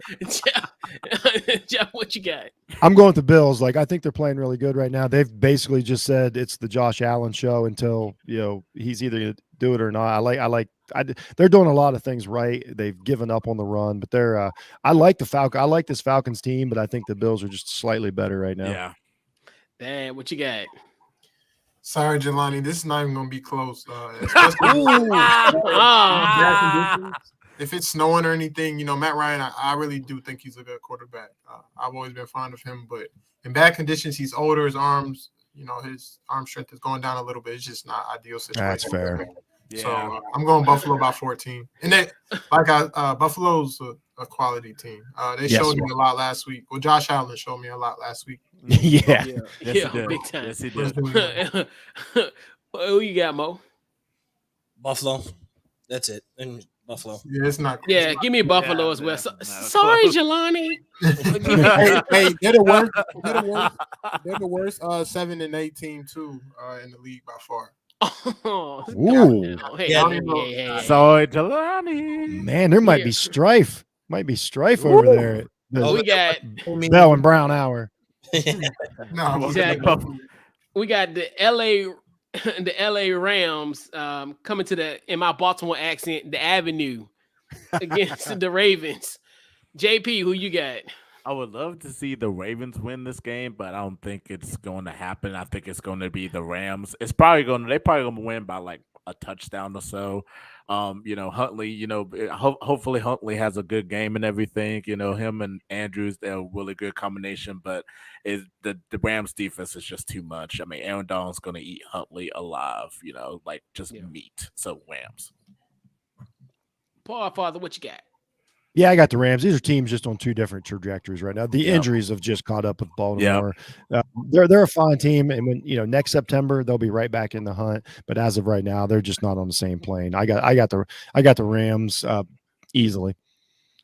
Dad, what you got? Yeah, this is a tough one. The Ravens are a tough out at home, but the injuries have just caught up on them. And over it, like after a while, you just can't. You can't win games against quality teams with practice squad guys and third stringer. So yeah, I'm gonna go Rams by 10. I say the Ravens keep it close. Yeah. Who you got, Mo? I'm going to Rams. I just they need to win, keep the division alive, if they win this game, they win the division, assuming that Arizona loses. I don't know who wins the tiebreaker out of that anyway, but if they win the game and Arizona loses, then it doesn't even matter. because they'll be 2 games ahead anyway. So Yeah. I'll take the Rams. I think they struggle a little bit though. Like I think there's points in time during the game where you kind of question like, hey, they enter the playoffs playing like that, they could be a first round exit because they've had multiple moments like that. As good as we know they can be, them, Dallas, and even Tampa, those 3 teams have had those moments where you're like, man, if they play like that, they're a first round exit. And they've also had those moments. If they play like that, they could play in the NFC Championship and have a possibility of playing in the Super Bowl. So those 3 teams have kind of been inconsistent as far as how much you love them. The difference is with Tampa, you buy Tom Brady. With the Rams and Cowboys, you don't trust Dak or Matt Stafford yet in the playoffs. So I still think they could have moments in this game where you're kind of like, but even that's every team though. Green Bay could have lost to Baltimore 2 weeks ago in Hunt. Yeah. Like Green Bay's the same. Like Green Bay's had really bad wins, so that all that gets masked. But they're a field goal away in Cincinnati. They're a 2-point conversion away in Baltimore from playing on the road in the playoffs. So every team's had weakness. It's just the season never ends. It's the 30-week NFL. This new 30-week NFL season. I know, right? Is wearing teams out. It is. Give me the Rams. I think the Rams take care of business. We got the Las Vegas Raiders versus the Indianapolis Colts. JP, what you got? This is actually going to be a really good game between the Raiders and the Colts. I forgot about this game. I'm going to go ahead and take the Colts in this one. The Raiders, they've been playing really well. Both teams are into like the playoff hunt and everything, but at the end of the day, I just trust the Colts a little bit more. The Raiders could play a good game 1 week, and then they'll play a bad game the next week, though. And I just think the Colts just get it done. Yep. You got Jeff. First of all, fun fact about Las Vegas. That's where I was at when I watched the Ohio State Buckeyes win the national championship. Just fun fact about Jeff. That's where I was that day. I actually got the Raiders in this mostly because if I pick the Colts, then I have to admit that running backs matter. So I got to go with the Raiders. I got to go with the Raiders because I can't go with John. As great as Jonathan Taylor's been, I'm literally just siding with pride. I think Derek Carr and the Raiders pull this out. Who you got that? I'm going with the Colts. They've been hot for a while. They play good defense. They take the ball away, and they don't turn the ball over that much on offense. So got to ride with the Colts. Darius Leonard should be back since they changed the thing from 10 to 5 days. I don't know if he's out, though. He's out. You want to talk about a good football player. My goodness. Yeah. South Carolina. He might be the guy they put on Waller because, they don't have that deep threat outside anymore, so they're not really threatened. They might put him or Julian Blackman, the safety, on him. So, we'll see. But I think the Colts just match up well, and they're riding high. They've had a lot of quality wins against the Patriots, the Cardinals, and other teams, Buffalo. So they don't fear anybody, and I think they'll go into Las Colts Vegas business. Yeah, they're by far the best. I mean, one of the best second half teams so far. I mean, they're having a nice run. Yeah. And who you got, Mo? I'm gonna take the Raiders. No way I'm letting Stu just win. Shout out to Stu. Yeah, shout out to my guy Stu. But no, I want to see Stu upset. He upset me yesterday, so I want to see him upset on Sunday. Kind of backtrack and didn't stand on it. So I want him to have to stand on the fact that Derek Carr beats the Indianapolis Colts. No. That's a good point, man. He didn't stand 10 toes down on everything that he was yelling, screaming at the top of the year. And he was right. And he missed the chance to be right. And then it came time to stand on it. Put your stamp on it and let everybody hear how you feel. And he said 34-24. He said they win by 10 to protect him. So I hope the Raiders in this. The Colts are on. I am a big Derek Carr fan. Get me a Derek Carr jersey and the old school starter jacket. I might even go get a wig and have the S curl, the little Jerry curl in there. Ice Cube. I'm coming to NWA because I am a full blown Raiders fan on Sunday. Give me the Raiders. And actually, give me the Colts. I think the Colts could take care of business. So, man, we got Houston and San Francisco. A Jimmy G led San Francisco. Who you got, JP? Yeah, I was gonna say Trey Lance is starting for the 49ers against the Texans. Texans had that really good win against the Chargers, but the Chargers have been an up and down team. The 49ers will get it done. They in that playoff picture too as well. The play of Debo Samuel, he's going to be effective. South Carolina guy, shout out to Debo. I love me some Debo Samuel. Oh, I do too.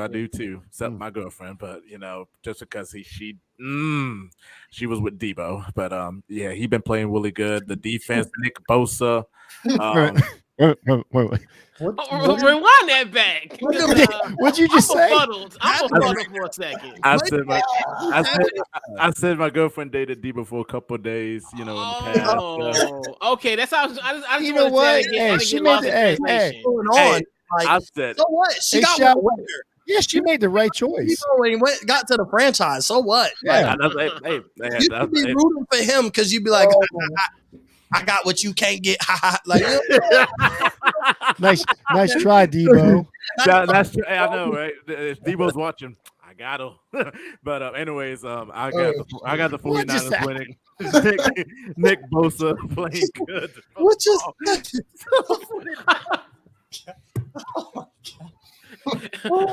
I'm weak as fuck.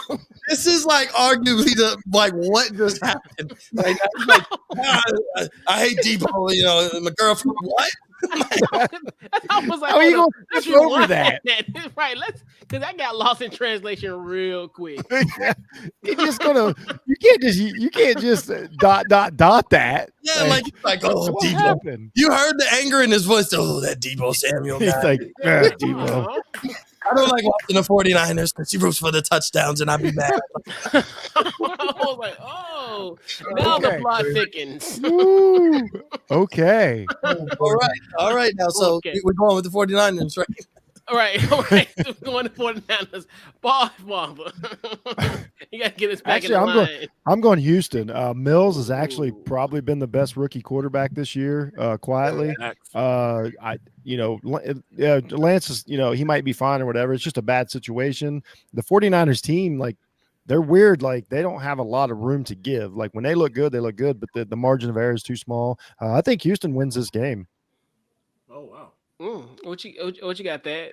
That's not that crazy. Davis Mills, he's from Georgia, so I'm supportive of him. And I've watched the last 3 games of all 22 of him. His progression from the beginning of the season to the end been pretty good. It makes sense why they benched Tyrod for the rest of the season. But they've been playing well. They played well against They played well against the Chargers, and I think this is a trap game. I still have San Fran, but I think this is a trap game. The jury's still out on Trey Lance. We don't really know what they have there, and this will be the perfect time. They're really right in the thick of the playoff race. If he can win a game or two and get them in the playoffs and maybe win a game, Jimmy G's out of there. So I'm interested to see what happens, but I think this will be a close game. Tennessee, they play hard for their coach. I really like that, and I think that they'll keep it close. So I'm going to go San Fran by 3. I'm just curious, Dad. Do you know anybody that's dated Davis Mills? Like, I'm just anything you want to tell us? Nah, nobody. Okay. Okay, we're good. Yeah, right. Who you got, Mo? I wanted to go Texans, but now I'm gonna go for Debo. No, I'm just. That's so crazy, man. Right. So crazy. But I'm gonna go San Francisco. They need this win, right? Like, if Houston wins, it means nothing except, oh my God, they upset another up and down decent team. Like, that's. I guess you could beat their chest on that, look to build in the future. I almost think Houston would – they want to win. They want to look good. They want Davis Mills to look promising so that when they trade Deshaun Watson, they don't have to do that top pick and draft a quarterback. They don't have to hesitate. So Houston at the very least wants Davis Mills to continue to look good. They can't be mad so that they can at least spend one more year and not have to dive and dabble into this quarterback class that not really great, and at least – wait it off one more year when you have, Bryce Young, CJ Stroud, maybe DJU turns it around, but that's a stronger quarterback class coming out next year. So you don't really want to now's a bad time to have to want or need a quarterback as far as in the draft if you're a really bad team. But I think San Francisco wins. I think it takes a while though. And I think Houston could jump out. If they jump out too big, they win this game. But I think they could jump out and scare San Francisco, and that's why I wanted to go with Houston, but I'm gonna just play it safe. I'm gonna go with San Francisco. JP got Mo so rattled. He just took 3 minutes to break down the Houston Texans. Like I'm gonna go San Francisco. It's the it's the Texans, Mo. Come on. No, they are good. They haven't laid down all year. Shout out to Houston. And he's probably the worst roster. Like I know we can talk about, but the Texans had every reason to be 0-17 between them and Detroit. Like they had every reason, and Tyrod, but whatever. Like I just think if it's Houston, you want Davis Mills to look good, so you don't even have to look back and think about a quarterback. You could trade back or whatever. So I think that's what they're going to be evaluating. And San Francisco needs this to get in the playoffs. Yeah. Give me San Francisco, but there's a reason why Davis Mills is playing really well is the tutelage of Pep Hamilton. And I've lobbied, even on the Washington Football guys, to get rid of Scott Turner and Mr. Snyder, break the bank for Pep Hamilton as our OC. Oh, yeah. But his last name. Because look at what he has done. He's developed quarterback. Even y'all boy, Cardale Jones, is almost looking MVP-esque in the XFL. So former national champion Cardale Jones. Alley hoop, Nito, stat of the day. Then he wasn't he Andrew Luck's QB coach to start off his career as well? Andrew Luck, Justin Herbert last year. So right. Mr. Shout Snyder. out to Pep. Good call.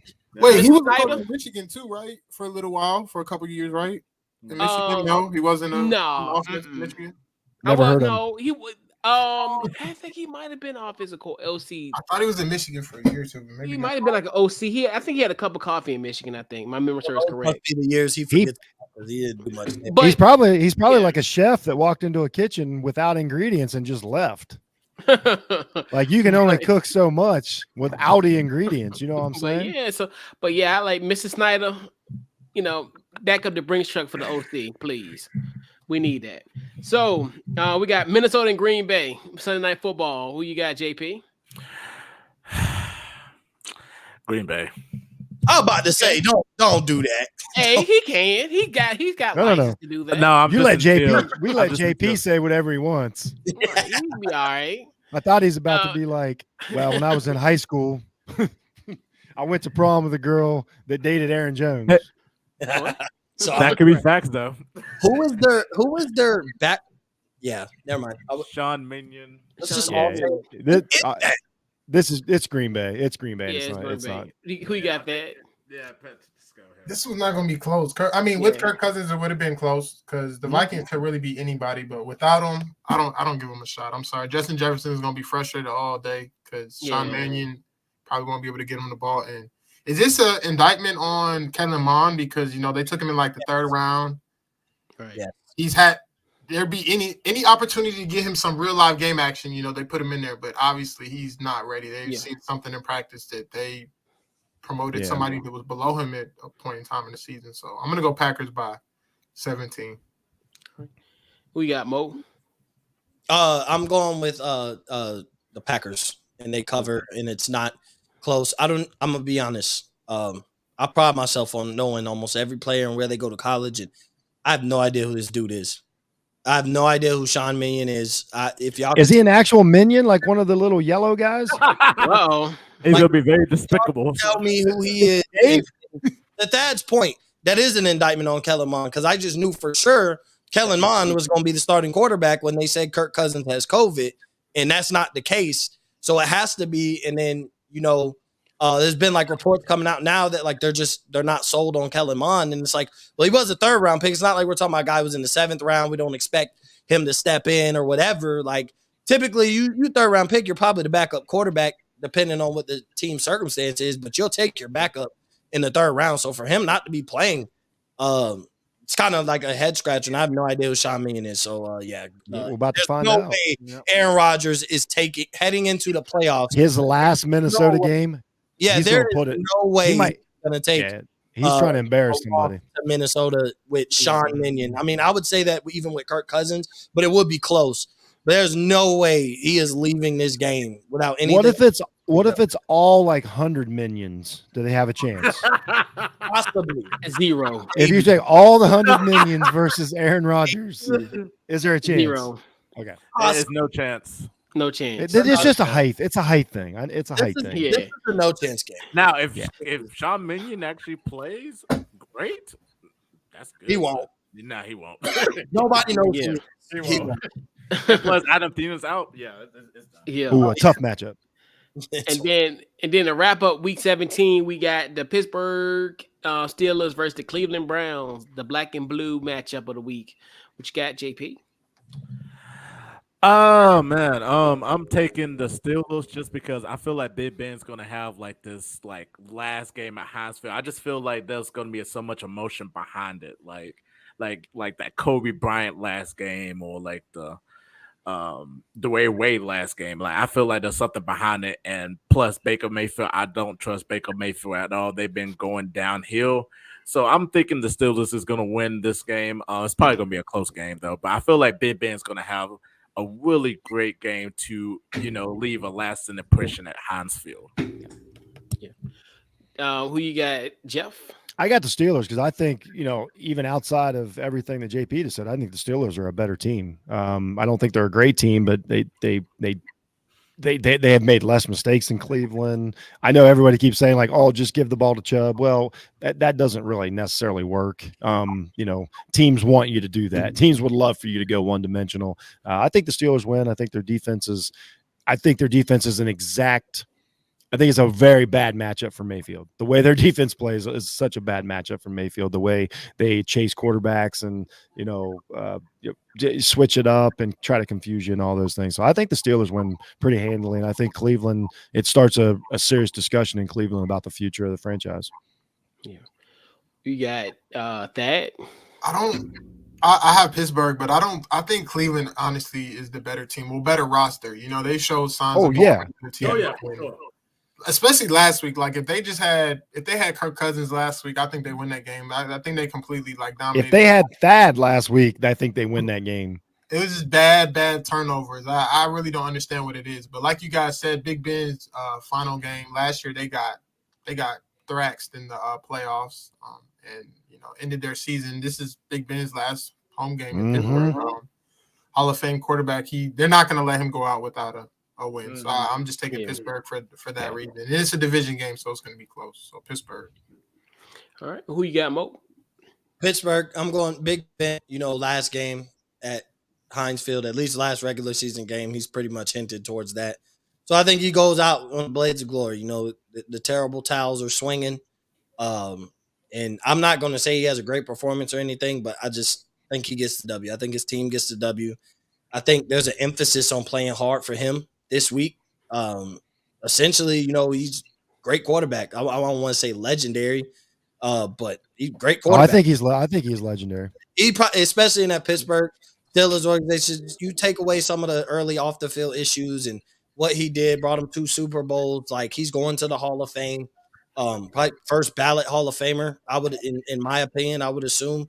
I'm just saying, I don't. This isn't an Eli Manning situation where you can argue it or whatever. I think Big Ben is that. I'm just saying, I think Big Ben. It's not. He's going first ballot. You got 2 Super Bowls. Like his legend is stamped in Pittsburgh, and so I think the emphasis even from Coach Tomlin, hey, we gonna get our guy. Like what he's done to this organization, we owe that to him. We gonna get him this win, his last home game against Cleveland. Nothing better for Big Ben than to do that is beat Cleveland, at home. So they're AFC opponent. So I definitely think they get this W. Maybe not handily. Maybe Big Ben doesn't have one last hoopla and show us, the Hall of Fame type of guy he used to be, because I just don't think he's that. But I think they get the win. They're going to play inspired football this week. The real question is, though, who cares more, Mayfield or TJ Watt? Because they both just care so much.